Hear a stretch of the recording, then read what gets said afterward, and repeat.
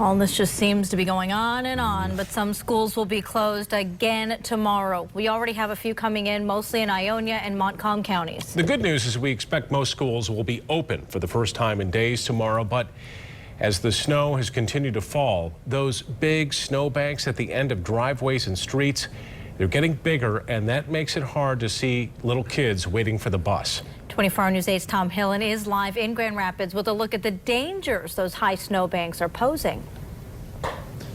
Well, you can see just how high these snowbanks are here in Grand Rapids, and we were seeing these all over West Michigan. And tonight we wanted to show you just how difficult it is to see those kids as they're waiting along the side of the road.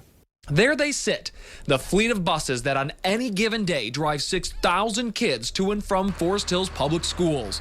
And while it's too early to tell yet if school will be back in session tomorrow, the warning is out for drivers to be on the lookout for kids at bus stops. We always tell students to stand back and be as far back away from the bus as they can as it's approaching. As the snow is piled up, so have the snowbanks around where kids stand waiting for the bus. Chances are right now it's difficult for you to see me, and I'm 6 foot tall. Now consider the height of an average 10-year-old at just 51 inches, and the size of the snowbanks now makes them nearly impossible for drivers to see. We stuck that same stake at a bus stop and drove past it.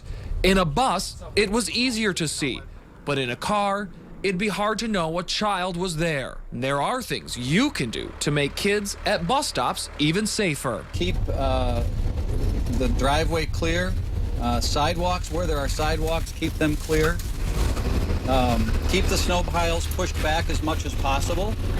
And when they know there's going to be students waiting in a particular location, do the best they can to make that area open and safe for students to stand and wait.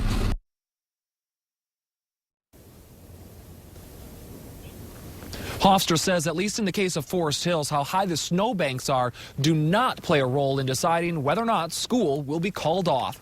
Live in Grand Rapids tonight, Tom Hillen, 24 Hour News 8.